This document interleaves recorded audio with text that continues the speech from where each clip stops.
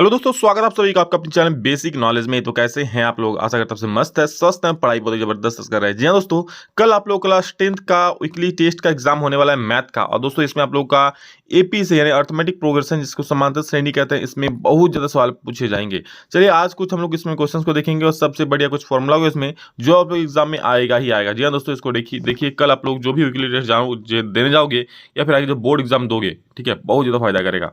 देखिए इसमें सबसे पहला एक फॉर्मूला याद रखिएगा, कल ही भी मैंने आप बताया था कि ए एन इक्वल होता है A plus N minus one into D. ये डायरेक्ट एग्जाम में पूछ सकता है। या फिर और एक फॉर्मूला होता है एस एन का, जो होता है पदों का योग, ये होता है n by two into a plus a n का एक फॉर्मूला होता है। और एक इसका फॉर्मूला होता है, उसको देख लीजिए आप लोग। एस एन का दो फॉर्मूला होता है, ठीक है, एक बता दिया मैंने छोटा वाला, और एक बड़ा वाला होता है कि n by two into two a plus N minus one into D, ये वाला भी होता है, ठीक है। तो इन तीनों फॉर्मूला याद रखिए, इस चैप्टर से एक भी क्वेश्चन नहीं छूटेगा और डायरेक्ट फॉर्मूला भी इससे पूछा जाता है, पता है। तो चलिए देखते हैं क्या क्या सवाल है। बोला निम्न में से कौन एपी है। एपी मतलब अर्थमेटिक प्रोग्रेशन, मतलब समांतर श्रेणी, मतलब डिस्टेंस समान होगा दो के बीच। जैसे दो के बाद चार, चार के बाद छः, छः के बाद आठ, आठ के बाद 10, मतलब सब में जो अंतर होगा ना वो समान होता है, उसे बोलते हैं समांतर श्रेणी, यानी समान अंतर रहेगा। इसमें देखिए तो पहला में अंतर समान है क्या? दो है, चार है, आठ है और 16 है ना। जब इसको आप माइनस करोगे, चार में दो जाएगा तो कितना आएगा? चार में दो जाएगा तो दो आ जाएगा, चलो भाई बढ़िया है। आठ में चार माइनस करोगे तो आठ में चार माइनस करने से दो आएगा क्या? नहीं, चार आ जाएगा, मतलब ये समांतर श्रेणी में नहीं, ऑप्शन नंबर एक। दूसरा नंबर देखो क्या है, तीन में a2 में a1 माइनस करो, जो पहला पद उसको बोलते हैं a1, दूसरा पद उसको बोलते हैं a2। तो समांतर श्रेणी चेक करने का नियम क्या है कि हम दूसरा पद में से पहला पद माइनस करेंगे। दूसरा पद क्या है? तीन, पहला पद क्या है? एक, ऑप्शन नंबर बी। कितना आ जाएगा? दो। अब क्या, अब हो गया ये। अब तीसरा में से दूसरा को माइनस कर देंगे, यानी पांच में से तीन घटाओ, तो पांच में तीन घटाएंगे कितना आ जाएगा? दो। बिल्कुल सर, ये सही, दोनों समान आ जा रहा है। तो जब समान आएगा तो ये समांतर श्रेणी में हो जाएगा, यानी जो आपका आंसर हो जाएगा दोस्तों ऑप्शन नंबर बी। और ऐसे ही चेक करके आपको एग्जाम में भी निकालना है, ठीक है। अगला प्रश्न देखिए कि एपी का 10वां पद क्या है। और इस प्रकार के एक सवाल समझो छप गया एग्जाम में कि एपी का 10वां पद क्या है, 5वां पद क्या है, इस प्रकार सवाल रहेगा ही रहेगा। तो देखो एपी का 10वां पद मतलब साफ साफ समझना, A10 निकालने बोला है, ठीक है। प्रथम पद होता है A1, द्वितीय पद होता है A2, तीसरा पद होता है A3 और इसे 10वां पद A10 होता है। और A10 को आप लोग A प्लस कितना लिख सकते हो? 9D। याद रखना, ये डायरेक्ट एकदम दिमाग में घुसा लो। कभी ऐसा लिखना है तो ऐसे लिखोगे आप, ठीक है। मतलब एक कम कर देना, A प्लस 9D। अगर A9 बोलता है तो A प्लस 8D, अगर A15 बोलता है तो A प्लस 14D। समझ गए? एपी देखिए 2 7 12 है ना। ए क्या है? सबसे पहला पद। ए मतलब प्रथम पद, सबसे पहले क्या दिख रहा है आपको? दो दिख रहा है, तो दो लिख दो, प्लस 9। और डी का वैल्यू होता है, डी मतलब सार्प अंतर, मतलब अंतर, दो पदों का अंतर। तो सात में दो घटाओगे तो क्या आ जाएगा जी? सात में दो घटाओगे तो आएगा 5, तो 5 लिख दो। तो 2 प्लस 9 5 45, तो हो जाएगा ये 47। और मार दो ऑप्शन सी को, हो जाओ आगे बढ़ो, ठीक है। दो अंकों वाली कितनी संख्याएं तीन से विभाजित है? बहुत बढ़िया सवाल है। देखो दो अंकों वाली कितनी संख्याएं तीन से विभाजित है, तो हमको सबसे पहली संख्या पता करना होगा। दो अंक की सबसे पहली संख्या जो तीन से विभाजित है, ऐसा कौन सा संख्या है भाई दो अंक की जो तीन से विभाजित है? सबसे पहली संख्या होगा 12। भाई सर 9 भी तो विभाजित होता है, 9 में दो अंक है क्या? सिर्फ एक ही अंक तो है 9, इसलिए दो अंक वाले सबसे पहली संख्या क्या होगी? 12। उसके बाद हो जाएगा 15, तीन से विभाजित वाली। उसके बाद लास्ट दो अंक कहाँ तक जाएगा? 99 तक जाएगा। तो क्या 99 तीन से विभाजित है? बिल्कुल सर है, तो हो गया। आपको कितनी संख्याएं विभाजित है, मतलब आपको निकालना है नंबर ऑफ टर्म्स, कितने सारे इसमें पद होंगे, मतलब एन का वैल्यू।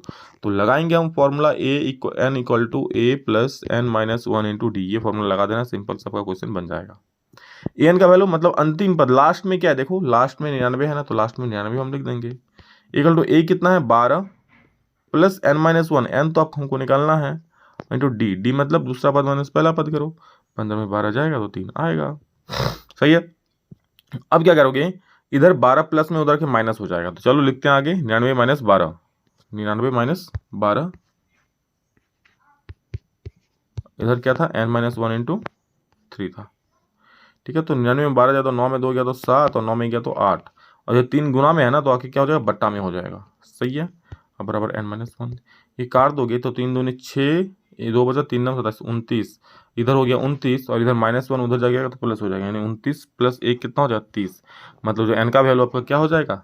30 हो जाएगा। समझ गए हो? आगे बढ़ो। 0 और 50 के बीच की विषम संख्याओं का योग क्या होगा? विषम संख्याओं का योग बोला है।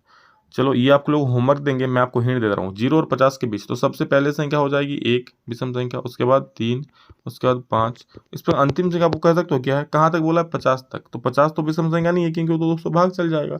यानी कौन सा विषम संख्या होगा? उससे पहले वाली संख्या यानी 49। बस सेम फॉर्मूला लगाना, an बराबर a plus n minus 1 into D. Sorry, यहाँ विषम संख्या का योग बोला है। चलो योग, योग मतलब SN। SN क्या फॉर्मूला क्या होता है जी? मैंने बताया स्टार्टिंग में ही, n/2 into 2a plus n minus 1 into D, ये फॉर्मूला होता है। ठीक है, तो इसमें आप लोग फॉर्मूला में लगाओ, बैठाओ, देखता हूँ कितने बच्चे इसका सही सही कमेंट कर पाते हैं।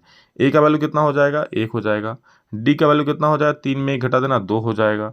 ठीक है, और यहाँ पर और एक चीज़ आपको, एक मिनट, यहाँ पर आपको an दिया हुआ है, SN निकालना है ना। सॉरी सॉरी सॉरी, इसमें सबसे पहले आपको an का फॉर्मूला लगाना पड़ेगा। क्या निकालना पड़ेगा? सबसे पहले आपको an का फॉर्मूला लगाना पड़ेगा।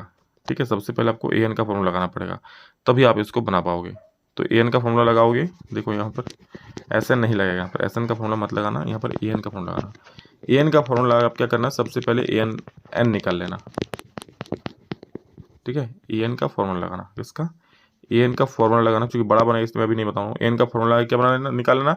n निकल जाएगा, वहाँ से n निकल जाएगा, उसके बाद लगा देना SN का फॉर्मूला, बन जाएगा। सही है, चलो कमेंट करके बोलना इसको बना के नहीं, और नहीं बनाएगा तो मैं नेक्स्ट वीडियो जब शाम को डालूंगा उसमें बता दूंगा इसको। ठीक है, डिटेल में। अगला देखो, AP 3, 1, -1, -3 के लिए क्रमशः प्रथम पद a और सारवंतर d क्या होगा? ठीक है, तो प्रथम पद तो आपको दिख ही रहा है 3, ये तो कल भी मैंने बताया था ना। कल आप लोग मेरा वीडियो देख लेना। 3 और क्या होगा? -2, ऑप्शन नंबर बी हो जाएगा। को AP का कौन सा पद शून्य है? शून्य है, मैं मान लूंगा nवां पद शून्य है, यानी कि मैं मान लूंगा कि an क्या है? 0 है। बोले कौन सा पद शून्य है? मैं मान लूंगा nवां पद शून्य है। nवां पद मतलब an, और an बराबर क्या मान लिया? 0। an का फॉर्मूला बैठा दो, a प्लस n माइनस 1 और इंटू डी इक्वल टू 0। बस वैल्यू बैठाओ, तमाशा देखो। a का वैल्यू 21 प्लस n माइनस 1, तो n का वैल्यू निकाल लो। कौन सा पद? n का ही तो वैल्यू निकालना है। और इंटू डी, डी मतलब 18 माइनस 21। दूसरा में हमेशा दूसरा में पहला माइनस करना है, ऐसा। 18 दूसरा है, और माइनस पहला क्या है? 21 माइनस करो। अरे भाई क्या कर रहा है तो 21 आ जाएगा कितना? -3 आएगा ना, बिल्कुल -3 आएगा, तो ये हो जाएगा। ठीक है, तो -3 यहाँ लिख दो आप, इंटू -3। और क्या माने थे? 0 माने थे ना, तो 0। तो अब क्या होगा? n-1 इंटू -3, n-1 इंटू -3 बराबर हो जाएगा 0, उधर है बटा में, सॉरी इधर 21 प्लस में, उधर है -21 हो जाएगा। हो गया। अब -3 और -21 उधर भाग जाएगा, तो देखो क्या होगा? n-1 इक्वल टू, उधर तो -21 है ना, और इधर से जो -3 था भागा हो जाएगा, यानी -3 भागा हो गया, -1 खत्म, 3 7 21, यानी n का जो वैल्यू होगा उधर 7 और -1 उधर जाके प्लस हो जाएगा, यानी कि 8 आपका आंसर हो जाएगा, यानी 8वां पद होगा जी। सही है। बोला है इस एपी में कितने पद है, तो फिर से आपको n का वैल्यू निकालना है। कितने पद मतलब n का? बहुत बढ़िया सवाल है। बस आपका a का वैल्यू देखो क्या है, ये वाला सवाल देखो। a का वैल्यू, ये वाला a का वैल्यू कितना है? 7। d का वैल्यू कितना है? d का वैल्यू 13 माइनस 7 बराबर 6। और an का वैल्यू कितना है? an का वैल्यू 205। तो अब बताओ, क्या सिंपल सा an का फॉर्मूला लगाना है। इसके बाद नेक्स्ट स्टेप क्या होना चाहिए आपका? नेक्स्ट स्टेप आपका ये होना चाहिए, लिखोगे क्या? an बराबर क्या? 205 हमारा दिया हुआ है, सही है ना। हम an का फॉर्मूला लगा देंगे, a plus n minus 1 into D, ये फॉर्मूला है हमारा। अब बराबर कितना है? 205 दिया हुआ है। हमको a का वैल्यू पता है, हमको d का वैल्यू पता है, तो क्या n का वैल्यू नहीं निकल जाएगा? बिल्कुल बैठा देना और निकाल लेना। यही तो करना है, खुद से करोगे तो ज़्यादा मज़ा आएगा और सीखोगे ज़्यादा ज़्यादा। ठीक है, जो भी क्वेश्चन इसमें से आपको मैं होमवर्क दे रहा हूँ उसको जरूर बनाना, एक अलग ही कॉन्फिडेंस जगेगा। तो मेरा अगला सवाल है दोस्तों कि 6 से विभाज्य प्रथम 40 धन पूर्णांकों का योग क्या होगा? मतलब 6 से जो विभाजित होने वाले प्रथम 40 तक कितने सारे हैं जो 6 से प्रथम धन पूर्णांकों का योग 6 से विभाज्य होने वाले। तो 6 से जो विभाजित होगा, पहला संख्या क्या हो जाएगा? 6, दूसरा संख्या हो जाएगा 12, तीसरा संख्या हो जाएगा 18, उसी प्रकार 6 से विभाजित होने वाले 40 तक कौन सा संख्या होगा? 36 होगा, क्योंकि 40 तो भाग जाएगा नहीं, और 42 उसके बाद का संख्या होता है, 42 को ले नहीं सकते हैं। 40 के अंदर कौन सा? 36 है। तो सबसे पहले आप देखो क्या करना, आप आंसर निकालोगे खुद से। सबसे पहले आप an का फॉर्मूला लगा देना, an बराबर लगा देना a plus n minus 1 into D का फॉर्मूला लगा देना, वहाँ से आपका n निकल जाएगा। क्या निकल जाएगा? n। जब n निकल गया उसके बाद आराम से SN का फॉर्मूला लगाना, आपका वैल्यू निकल जाएगा, आंसर निकल जाएगा। कमेंट करके बोलना आंसर कितना आ रहा है, ठीक है। सभी त्रिभुज क्या होता है, सभी त्रिभुज समरूप होता है। कौन सा त्रिभुज, तो याद रखना सभी समबाहु त्रिभुज समरूप होता है, ठीक है। इस एग्जाम के लिए आपका इंपॉर्टेंट हो या नहीं हो, बट बोर्ड एग्जाम के लिए सवाल काफी ज्यादा महत्वपूर्ण है, समझ गए। अगला सवाल है कि क्रमशः प्रथम पद और सार्वंतर क्या है, तो प्रथम पद तो आपको दिख ही रहा है 3/2, ठीक है, 3/2 और सार्वंतर दूसरा में से पहला माइनस करो, दूसरा क्या है 1/2, पहला क्या है 3/2, माइनस करोगे तो हो जाएगा एलसीएम 2, 1 - 3 यानी -2/2 कट जाएगा, -1 आएगा, यानी 3/2 और -1, ऑप्शन नंबर सी।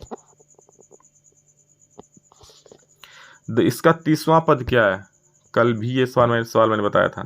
30वां पद सीधा लिखो 30, a प्लस हो जाएगा 29d, इसका आंसर आपका -77 आ जाएगा। a कितना है देखो 10 है, प्लस 29d होगा 29, और d का वैल्यू कितना हो जाएगा देखो 7 में से 10 माइनस करो -3 आ जाएगा।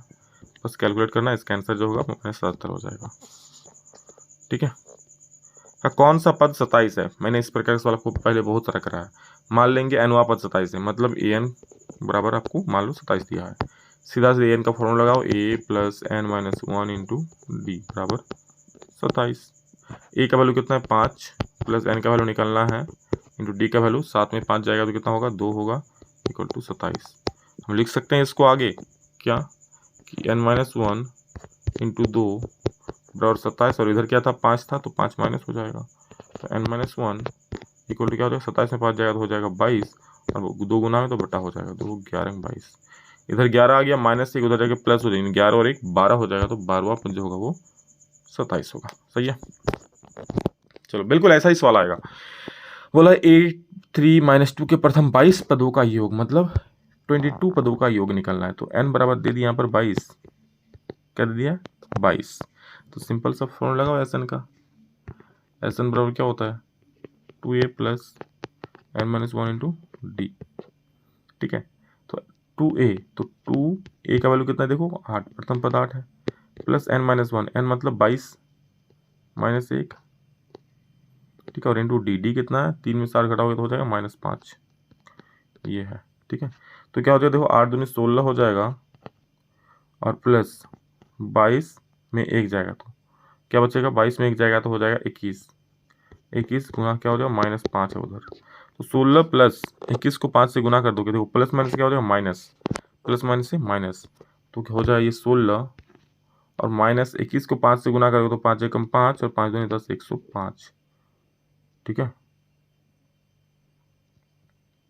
सॉरी यहाँ पर n/2 मैंने पहले लिखा ही नहीं ना, n/2 पहले था, तो n/2 पहले लिख देना, n/2 मतलब कितना हो जाएगा 22/2 11, ठीक है। तो 11 को आप गुना कर देना किससे, इसको माइनस हो जाएगा तो ये हो जाएगा 99, आई थिंक 89 हो जाएगा, 15 में 6 हो गया तो ये 9, एक उतार लिया 9 नहीं 9, ठीक है। तो 89 माइनस में रहेगा, 89 9 और 8 16 17 979 आ रहा है, ठीक है, 979 आ रहा है, यानी कि ऑप्शन नंबर डी हो रहा है, ठीक है। बस कैलकुलेशन का खेल और कुछ भी नहीं है, सब आप खुद से कर सकते हो, इतना आसान चैप्टर मतलब पूरा 10th में कोई नहीं मिलेगा आपको जितना ईपी है, ठीक। तो सभी दोस्तों को शेयर जरूर कर देना, वीडियो कैसा लगा कमेंट करके जरूर बोलना, ठीक है। चलो love you all, thank you all of you, अभी कल फिर नेक्स्ट में जल आप लोग से मिलेंगे, तब तक के लिए जय हिंद, वंदे मातरम।